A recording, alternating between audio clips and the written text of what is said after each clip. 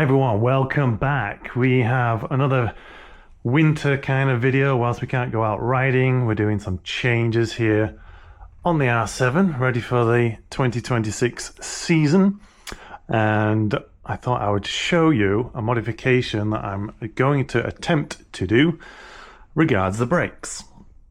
And I got inspired to do this by a photograph that I saw from an R7 that runs in the British Superbike Sport Bike Championship, and it involves increasing the stock rotor or disc, as you call it, from the standard 298 millimeters, and we're going to use the set of discs from R1 and the R6 and even the MT10, I believe. So this is a 320 millimeter diameter rotor or disc, and in order to fit it we are going to need a few little parts. So we've got some bolts, some spacers which move the caliper out to take into account the larger diameter of the disc. And so yeah, we've got a few bits here which I'm going to show you in detail in a moment. I am going to check the run out of the disc as standard and then compare it to this one, just so I know and I'm confident that when we get to the track there's no issues. These are a used set, but you know, I've got no reason to believe they won't be straight at all, but I do want to just double check for my own peace of mind that the run out on the discs are going to be somewhere close. So if this is for you, welcome and enjoy the video. Why would you want to run a bigger disc on your motorcycle? There's a few benefits, it would seem. I've not done a modification like this for myself on previous bikes, so I'm interested to try it out. One of the benefits being heat dissipation. The larger the metalwork, the more heat we can dissipate. Apparently it's better feel in the lever. Obviously we've got better braking power. So there are a number of benefits. Not that I've ever truly found the limit of the brakes, I would say, on the R7, but I wanted to cover this off as a video too, because there might be people out there that are interested in doing something like this as well. So these are basically like a 7.5% bigger disc, and so you get like 7.5% better braking power, blah blah blah. But anyway, and if you also want these to look cool, because you can get these with the gold inserts too, if you want a bit of gold and a bit of bling on the front of your bike, you can do it as well. So anyway, I'm going to go and show you the parts that we're using in more detail and then crack on and see how we get on. So then let's take a quick in-depth look at the parts that we're using here. I'll keep this brief, but the discs themselves, like I say, they are this part number, or a variation of if the color's slightly different in the middle. But 2CR 258 1T-00-00, and the years being R1 2015 through 2025. The R6 models, I believe, is 16 plus, and I think the MT10 from the years 2018 to 24. So do your own research on that before you buy, but that's what I use as a way to determine what to buy. And again, these are a 320 millimeter diameter disc, and that in fact makes a braking difference of about 7.5%. But that 7.5% can mean the difference between brake fade during a long race and not. It can give increased feel on the brake lever. We've got that 7.5% extra braking force should we need it. And yeah, so that's the basic difference.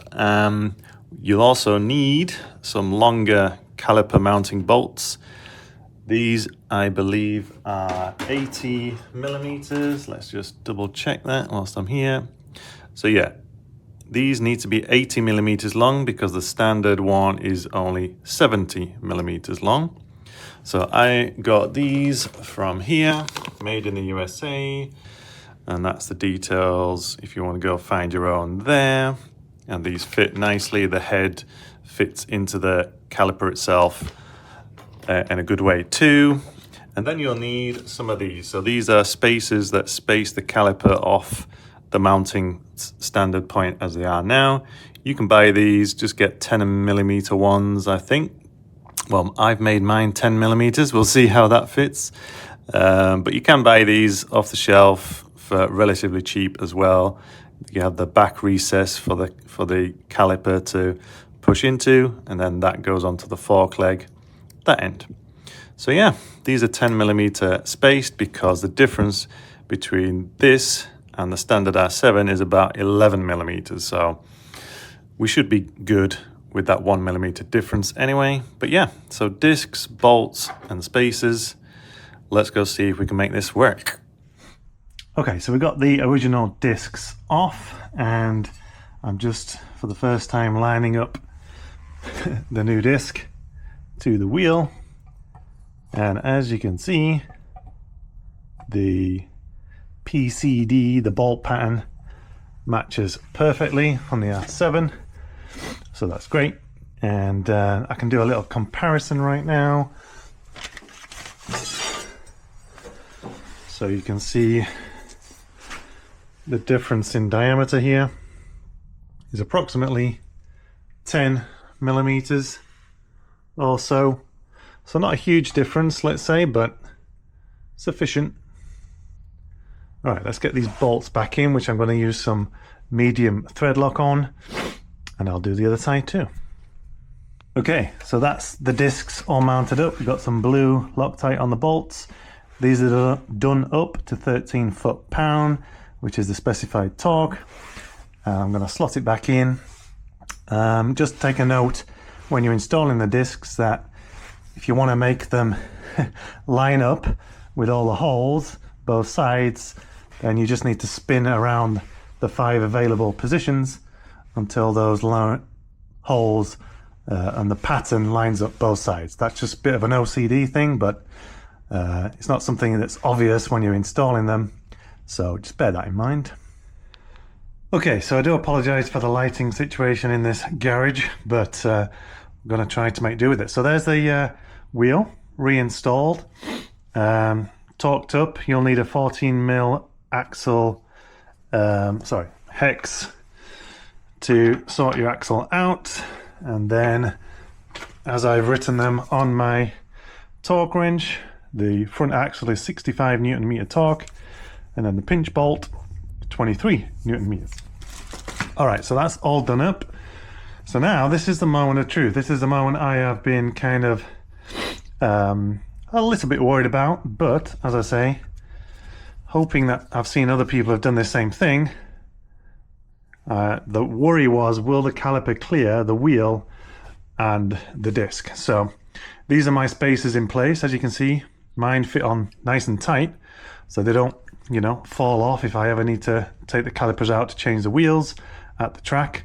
By the way, one of the cons, I guess, if you want to call it, of doing this mod is if you're going to put a wet wheel in here and you don't want to take spacers out and mess about with your bolts, you're going to need a second set of rotors, which I actually do have. I bought 2 sets of used brake rotors, so I'm covered for both my dry and my wet wheels. So here we go. Let's see if we can slot this caliper into place. Now obviously I will have brake lines attached to this, but I think, here we go. Absolutely no issue with slotting that in place. We had loads of clearance to get that in. So I might need 2 hands for this. I might need to put the camera down to get the first bolt in. So bear with me. So there we have it. Absolutely bob on, as we say, over the pond. The bolts tighten down against the caliper. They don't bottom out in the fork before they meet the caliper face. So we've got the right length, so that's good. And then if we look underneath, I know my camera's not very good at zooming in, but the edge of the pad meets up with the disc perfectly. You see, I don't know if you can see the alignment there, but trust me, the brake pad material is running right just on the edge, or past the edge. So we're using the full meat of the rotor, pad to rotor. So that is absolutely perfect. So yeah, 10mm spacers is all you need. The extra 80mm bolts, and there we go. Bigger brakes on the R7, ready to go. Very pleased with that. So I'm not fully rebuilding my bike yet. I've got a few bits more to do, bleeding brakes and everything, before I button everything up. But as you can see, super easy. All you need are the parts, and honestly you could probably do it in less than an hour. And yeah, nice to know that we've got options for going bigger with the discs. We've got options of where to get them from, used or brand new. And yeah, I'm very, very happy. You can get these with gold, black and red. I've got a set of red ones which will make it stand out a bit more, and it might tie in with some of the red accents we've got, so I might try those out at some point too, just to see what they look like. But yeah, quick video for you. But that's how you get your bigger R6, R1 discs or MT10 mounted on the R7, just like as used in British Superbikes. Excellent. Well, I can't give you a review on using them just now. It's literally snowing outside, so there's going to be a few months before I can, you know, comment on the performance, but I'm guessing they do it for a very good reason, and so I'm excited to try it out too. Well, thanks for watching this video, guys. There's going to be some very interesting, exciting new videos coming to the channel very, very soon, so stick around for those if you can. But otherwise, me and the R7 are saying good night for now. Cheers!